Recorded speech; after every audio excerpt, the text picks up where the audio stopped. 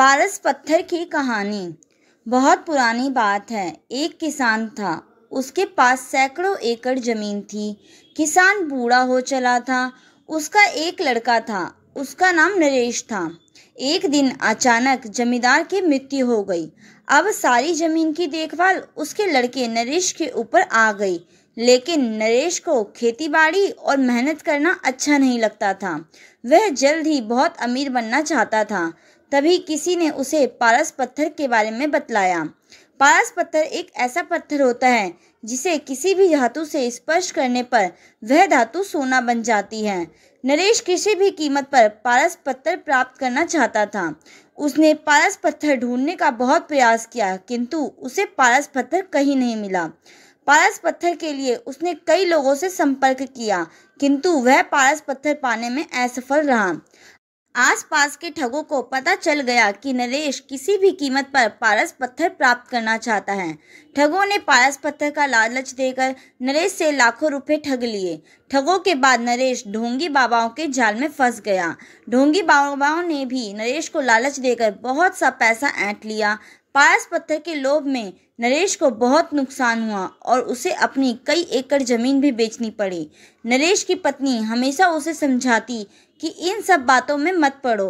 अपने पास बहुत जमीन है, उसी में खेती करो। मेहनत भी किसी पारस पत्थर से कम नहीं। किंतु नरेश को तो पारस पत्थर की धुन ही सवार थी। एक दिन गांव में बहुत पहुंचे हुए संत आए। सभी ने उन्हें अपनी समस्याएं बतलाई। नरेश भी अपनी पत्नी के साथ उनसे मिलने गया और उन्हें अपनी समस्याएं बतलाई। संत नरेश की बातें सुनकर मुस्कुराए और बोले, मैं जैसा कहूँ वैसा ही करना तो तुम्हें पारस पत्थर अवश्य मिलेगा। संत की बात सुनकर नरेश बहुत खुश और संत से बोला, कृपया कर मुझे वह तरीका बतलाएं जिससे मुझे पारस पत्थर मिल जाए। संत बोले, तुम्हें केले के पेड़ की पत्तियों के नोक पर जमा सुबह की ओस की बूंदें एक बर्तन में एकत्र करना है, और जब तुम 5 लीटर ओस की बूंदें एकत्र कर लोगे तो मैं उसे अभिमंत्रित कर पारस पत्थर में बदल दूंगा। लेकिन याद रहे, ओस की बूंदों में तुम पानी मिलाकर धोखा देने का प्रयास करोगे तो तुम्हारी पूरी मेहनत पर पानी फिर जाएगा और ओस की बूंदें पारस पत्थर नहीं बन पाएंगी। यह काम बहुत कठिन था। सबसे पहले नरेश ने अपनी कुछ जमीन पर केले के पेड़ लगाए। केले के पेड़ धीरे धीरे बढ़ रहे थे, किंतु इतने पेड़ों से वह ओस की सिर्फ कुछ ही बूंदें एकत्र कर पा रहा था।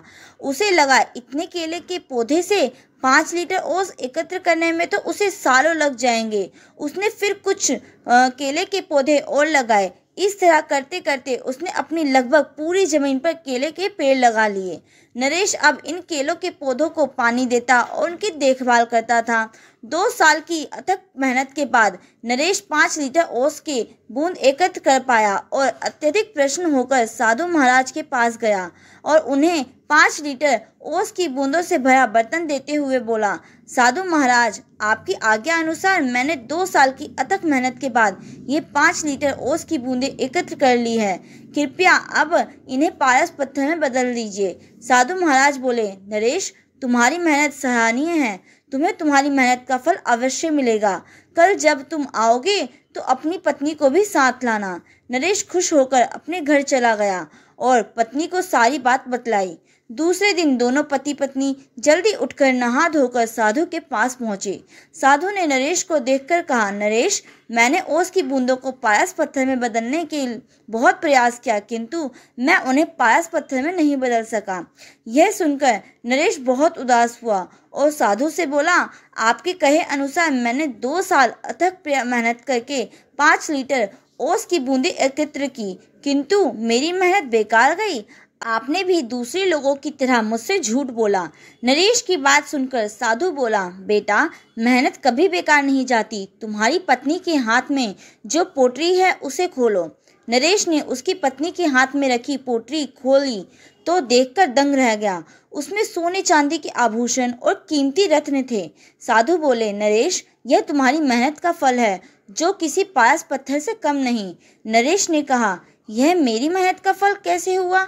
साधु बोले, तुमने 2 साल से मेहनत करके जो केले के पौधे लगाए थे, 2 साल से उनमें फल भी लग रहे हैं, किंतु तुम्हारा पूरा ध्यान पारस पत्थर और ओस की बूंदों पर था और तुमने फलों पर ध्यान ही नहीं दिया।